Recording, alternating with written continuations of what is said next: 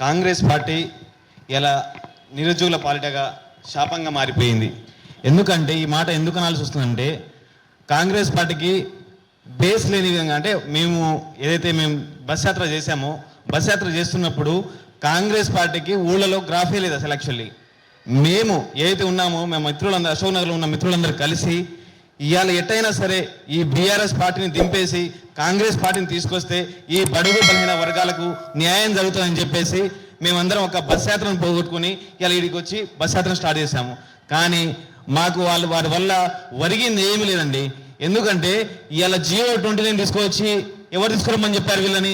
బల్మూరి వెంకట్ గారైనా, రియా సార్ అయినా మా వెనుక ఉన్నానని చెప్పి ఆ రోజు మమ్మల్ని బస్ యాత్ర స్టార్ట్ చేపించి ఇవాళ ఏదైనా సమస్య వచ్చినా కూడా మా వెనక లేని పరిస్థితి వాళ్ళు. అసలు వీళ్ళని ఎవరు అడిగారు GO29 తీసుకోరమ్మని? వీళ్ళని ఎవరైనా ఉద్యమాలు చేశారా? ఏమైనా చేశారా? వీళ్ళని ఎవరు తీసుకురమ్మని చెప్పారు? వీళ్ళు తీసుకొచ్చి ఇవాళ బడుగు బలహీన వర్గాలకు అన్యాయం చేసిన విధంగా వీళ్ళు చేశారు. అదేవిధంగా ఏదైతే ఉన్నామో మేము చాలా మంది మీద, ఇక్కడ ఉన్న చాలా మంది, జనార్దన్ మీద, నా మీద, హరినాయక్ మీద చాలా అక్రమమైన కేసులు అంటే చిన్న చిన్న కేసులు పెట్టి మా మీద లోపలి పెట్టడం. ఏదైనా ఉద్యమం చేస్తున్నాం అంటే ముందుకు వచ్చి పోలీసులు మమ్మల్ని పోలీస్ స్టేషన్లో కూర్చోబెట్టడం జరుగుతుంది. ఈ విధంగా ఒకటే చెప్తున్నాం, రేవంత్ రెడ్డి గారు మీకు పరిపాలన చేత కాకపోతే దిగిపోండి. మీకు విద్యా వ్యవస్థ మీద కానీ, TGPSC మీద కానీ, విద్యార్థి లోకం మీద కానీ ఏ మాత్రం అవగాహన లేదు. మీరు మేనేజ్మెంట్ సీఎం లాగా మారిపోతున్నారు. ఎందుకంటే మీకంటే ముందు సీనియర్లు నాయకులున్నా కూడా మాకు రేవంత్ రెడ్డి గారే సీఎం కావాలని చెప్పేసి ప్రతి చోట, ప్రతి ఫేస్బుక్లో కానీ, ఇన్స్టాగ్రామ్లో కానీ, వాట్సాప్లో కానీ మెసేజ్లు పెట్టి, ఎందుకంటే సీఎం రేవంత్ రెడ్డి అయితే మమ్మల్ని న్యాయం చేయగలుగుతాడు. 10 సంవత్సరాలు దగాపడ్డా మేము, ఈ తర్వాత మాకు వచ్చిన కాంగ్రెస్ పార్టీ మాకు న్యాయం చేయవచ్చని చెప్తే ఇవాళ మమ్మల్ని దగా చేసే విధంగా మీరు చేస్తున్నారు. అసలు కాంగ్రెస్ పార్టీ అంటేనే రిజర్వేషన్ అని చెప్పుకుంటారు. కానీ ఇవాళ రిజర్వేషన్ మీరే తుంగలో తొక్కేస్తే మేము ఎవరితో చెప్పుకోవాలండి? మాకు అర్థం కావట్లేదు. మీరు నిజంగా మా వైపు మీరు ఒకటే మాట్లాడుతున్నారు, మేము 50,000 ఉద్యోగాలు ఇచ్చాము, 50,000 ఉద్యోగాలు ఇచ్చాము. ఎక్కడిచ్చారు 50,000 ఉద్యోగాలు? సరాసరి మీరు తెలుసుకుంటే 10,000 ఉద్యోగాలు కూడా మీయలేదు.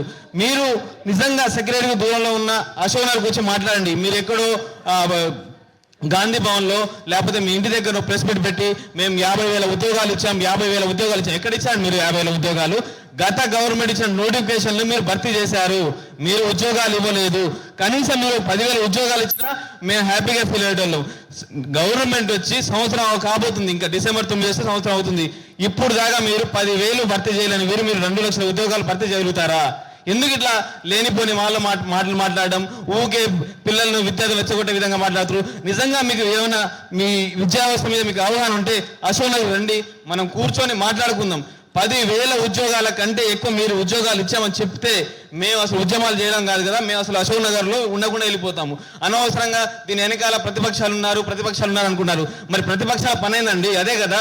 మీరు ప్రతిపక్షాలు ఉన్నప్పుడు ఏం చేశారు? మా ఎమ్మట నిలబడి కేసులు ఎప్పించి ఇలా గ్రూప్ అన్నది 2 సార్లు క్వాలిఫై చేసిన మీరు కాదా? మీ బల్మూరి వెంకట్ గారు కాదా? రియా సార్ కాదా? వీళ్ళు ఎక్కడ పోయారు వీళ్ళందరూ? ఇలా బల్మూరి వెంకట్ గారు అశోక్ నగర్లో చీమ చుట్టుకుమన్నా నేను వస్తానని చెప్పిన బల్మూరి వెంకట్ గారు ఇలా ఇంతమంది పిల్లల మీద లాఠీ చార్జీలు జరుగుతున్నాయి, పిల్లల మీద అఘాయిత్యాలు జరుగుతున్నాయి. మీరు ఎక్కడికి వెళ్ళారు? ఎందుకు మాట్లాడారు దీని మీద? దీని మీద మాట్లాడితే ప్రతిపక్షాలు చేపిస్తున్నారు అంటారు. ప్రతిపక్షాల పనే కదండి, మీరు తెలుసుకోండి. మీరు కూడా ప్రతిపక్షాల నుంచే పైకి వచ్చారు. మీరేమో డైరెక్ట్గా సీఎంగా కాలేదు కదా రేవంత్ రెడ్డి గారు. మీరు కూడా ఒక మేనేజర్ సీఎం ఇక్కడ మాకు తెలిసి. ఎందుకంటే ఇక్కడ మీరు మీ ఏదైతే ఉందో అగ్రకులాల వారికి వాళ్ళకే పోస్టులు ఇచ్చే విధంగా మీరు చూస్తున్నారు. కానీ ఇవాళ ST SC పిల్లలు అన్యాయం అయిపోతున్నారు. దీని గురించి ఒక కమిటీ ఇద్దామని చెప్పేసి అవగాహన లేకుండా మీరు మాట్లాడుతున్నారు. కాబట్టి GO29 కనుక రద్దు చేయకపోతే మేము పాదయాత్రకు సిద్ధమవుతున్నాము. అది త్వరలో కూడా మీడియా మిత్రుల సాక్షిగా దాని గురించి చెప్పగలుగుతాము. GO29 రద్దుకు GO29 ఈ కార్యక్రమానికి విచ్చేసినటువంటి మీడియా మిత్రులకు మరియు నిరుద్యోగ చేసే మిత్రులందరికీ ధన్యవాదాలు. అయితే నా పేరు డాక్టర్ నరసింహ మాడుగుల, ఉస్మానియా యూనివర్సిటీ. ఈ GO29 అనేది రాజ్యాంగ స్ఫూర్తికి విరుద్ధము అని చాలా వరకు కోర్టులు చెప్పినప్పుడు కూడా ఈ GO55 రద్దు చేసి GO29 తీసుకురావాల్సిన అవసరం ఎక్కడుందో అని ఇంతవరకు ప్రభుత్వం చెప్పలేదు. ఎందుకంటే జీవో 55లో social reservations rule of reservations follow అయినరు.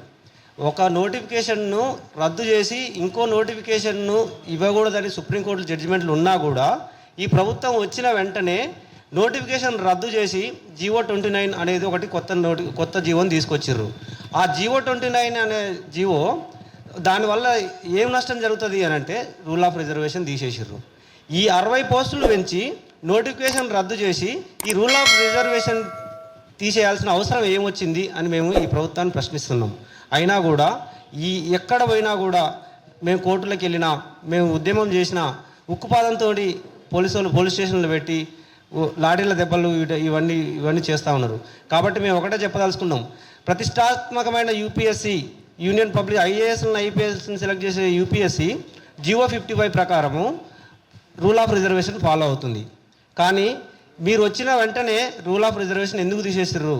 మీ నాయకుడు రాహుల్ గాంధీ గారు ఒక చేత రాజ్యాంగాన్ని పట్టుకొని మేము రాజ్యాంగ విలువలు కాపాడతాము, మేము రాజ్యాంగ స్ఫూర్తిని కాపాడతాము, మేము రాజ్యాంగం యొక్క రిజర్వేషన్లు కాపాడతాము, ఈ వేరే ప్రభుత్వాలు వస్తే రిజర్వేషన్ తీసేస్తారు అని చెప్పుకుంటూ మీరు రాష్ట్రం మొత్తం దేశం మొత్తం తిరుగుతున్నారు కదా. మీ ప్రభుత్వాలలో, మీ కాంగ్రెస్ పాలన ఉన్న ప్రభుత్వాలలో, ఇక్కడ కాంగ్రెస్ పాలిత ప్రాంతాలలో మీరు రూల్ ఆఫ్ రిజర్వేషన్ తీసేస్తున్నారు. మీరు రిజర్వేషన్కి విరుద్ధంగా మీరు వర్క్ చేస్తుంటే మీరు కనీసం ఇంతవరకు ఎవరు పట్టించుకున్న పరిస్థితి లేదు. కాబట్టి మేము ఒకటే డిమాండ్ చేస్తున్నాం, జీవో 55 ఎందుకు తీయాల్సి వస్తుందో మీ ప్రభుత్వం ఇప్పుడు చెప్పాల్సిన అవసరం ఉంది.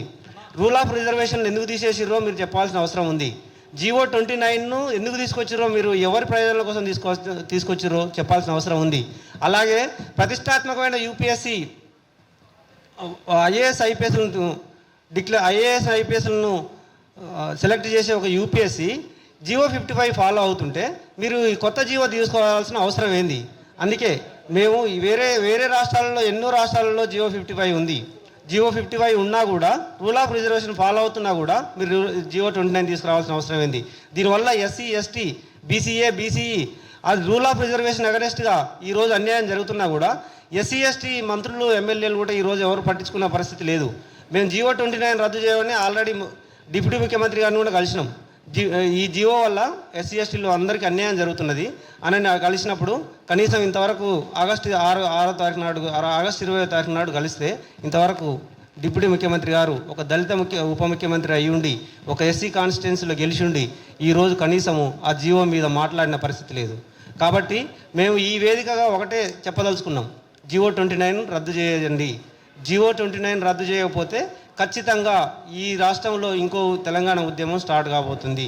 ఎందుకు అనంటే మీరు కనీసం జీవో 29కు మంచిదని చెప్తున్నారు, కోర్టులో అఫిడవిట్స్ ఇస్తున్నారు. జీవో 29 వల్ల అందరికీ ఓపెన్ కోర్టులో తీసుకుంటామని చెప్తున్నారు. జీవో 29 ఇంప్లిమెంట్ చేస్తే అందరికీ ఉద్యోగాలు వస్తున్నాయని చెప్తున్నారు. జీవో 29 రద్దు పెట్టడం వల్ల బీసీలు వాళ్ళు వీళ్ళు ఎక్కువ వచ్చినారు చెప్తున్నారు. అదే ఈరోజు జీవో 29లో రూల్ ఆఫ్ రిజర్వేషన్ లేదు. జీవో 29 తీసుకొచ్చిన షార్ట్ ఫాల్ విధానం అనేది రాజ్యాంగ స్ఫూర్తికి విరుద్ధం. జీవో 29 అండ్ షార్ట్ ఫాల్ అనే వర్డే constitutionally legally wrong word. So అలాంటిదన్నీ లీగల్గా అన్ని తప్పులు చేసి నోటిఫికేషన్నే రద్దు చేసి నోటిఫికేషన్లో తప్పు చేసి జీవో 29 తీసుకొచ్చారు. కాబట్టి ఈ వేదికగా ఒకటే ప్రశ్నిస్తున్నాం, ఈ నిరుద్యోగ జేఏసీ నాయకులు అందరి సమక్షంలో మేము ఒకటే చెప్పదలుచుకున్నాం, జీవో 29 వీలైనంత త్వరగా మీ క్యాబినెట్ నిర్ణయం తీసుకొని ఈ జీవో 29 రద్దు చేసి ఈ ఎగ్జామ్లో ఇప్పుడు జరిగిన గ్రూప్ 1 ఎగ్జామ్లోనే జీవో 29 ఇంప్లిమెంట్ చేయాల్సిందిగా మేము ఈ నిరుద్యోగ జేఏసీ నుంచి కోరుతా ఉన్నాం. హలో అండి, నా పేరు ప్రశాంత్ కుమార్. అందరికీ నమస్కారం. సో సింపుల్గా 2 నిమిషాలలో చెప్తానన్న మా సమస్య ఏందన్నది. మామూలుగా ఏ నోటిఫికేషన్ వచ్చినా కూడా సరే అందులో ఎస్సీ, ఎస్టీ, బీసీ ఓపెన్ కేటగిరీకి వచ్చిన వాళ్ళు అందరూ కంప్లీట్ చేస్తారు పిల్లలందరూ. అయితే ఇక్కడ ఏమవుతున్నదంటే ఈ జియో 29 ఈ కాంగ్రెస్ ప్రభుత్వం వచ్చిన తర్వాత జియో 29 తీసుకొచ్చినది. ఈ జియో 29లో ఏమున్నదంటే గ్రూప్ 1 ఎగ్జామ్స్లో ఎస్సీలు, ఎస్టీలు, బీసీలు ఎవరైనా సరే వాళ్ళు ఓపెన్ కేటగిరీలో జాబ్ కొడితే వాళ్ళకు ఓపెన్లో కన్సిడర్ చేయకుండా వాళ్ళని రిజర్వ్డ్ క్యాండిడేట్స్ లాగా కన్సిడర్ చేస్తున్నారు.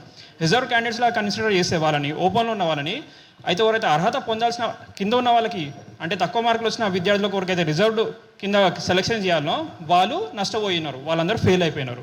ఇప్పుడు మా పరిస్థితి కూడా అదే.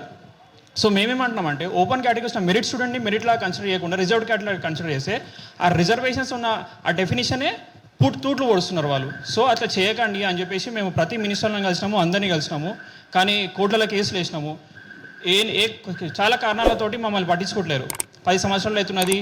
వాళ్ళ టార్గెట్ ఒకటే ఏందనంటే మహేందర్ రెడ్డి గారు రిటైర్ అయిన లోపల నోటిఫికేషన్ కంప్లీట్ చేసుకోవాలా అని మహేందర్ రెడ్డి టీఎస్పీఎస్సీ చైర్మన్ మహేందర్ రెడ్డి గారు చూస్తున్నారు. డిసెంబర్ 9 తారీఖు లోపల రిజల్ట్స్ ఇవ్వాలా అని పేపర్లలో న్యూస్లలో పేపర్లలో అడ్వర్టైజ్మెంట్లు ఇచ్చుకోవాలని రేవంత్ రెడ్డి గారు చూస్తున్నారు. కానీ విద్యార్థులు నష్టపోతున్నారు. మీకు అందరికీ ఒక ఉదాహరణ చెప్తా. యూపీఎస్సీలో టీనా డాబీ అని ఒక ఆమె ఉన్నది. ఆమె రిజర్వ్డ్ క్యాండిడేట్స్ నుంచి ప్రిలిమ్స్లో సెలెక్ట్ అయింది. ఆమె మెయిన్స్ ఎగ్జామ్స్లో ఫస్ట్ ర్యాంక్ వచ్చింది, all India first rank. So ఇప్పుడు ఒకవేళ టీనా డాబీ కనుక ఈ ఎగ్జామ్ రాసినా ఆమె ఇప్పుడు ఫెయిల్ అయిపోయే పరిస్థితి ఉన్నది. సో మేమేమంటున్నామంటే రెండు ఎవరైతే బడుగు బలహీన వర్గాల విద్యార్థులు ఉన్నారో వాళ్ళకి రిజర్వేషన్స్ అప్లికబుల్ కావాలి, కానీ అది అవ్వట్లేదు. సో దీని మీద చాలా ప్రయత్నాలు చేసినాము, కోర్టులో కేసులు వేసినాము. మేము ఇంకా దీని మీద ఫైట్ చేస్తున్నాం. ఇప్పటికైనా సరే ప్రభుత్వం మా విన్నపాన్ని మన్నించి జియో 29 రద్దు చేసి 55 తీసుకొస్తే అది తెలంగాణ రాష్ట్రంలో ఇది మొట్టమొదటి నోటిఫికేషన్ కాకుండా వచ్చే తరాల అందరికీ మేము ఫేస్ చేసే సమస్యలు ఫేస్ చేయొద్దు అనేది మా బాధ. సో అందుకనే మేము అందరం ఫైట్ చేస్తున్నాము. ఇక్కడ మీరు వచ్చి మాకు సపోర్ట్ చేస్తున్నారు. మొదటి నుంచి సపోర్ట్ చేస్తున్న వాళ్ళందరికీ, మీడియా మిత్రులందరికీ ధన్యవాదాలు చెప్తున్నాము. Thank you so much.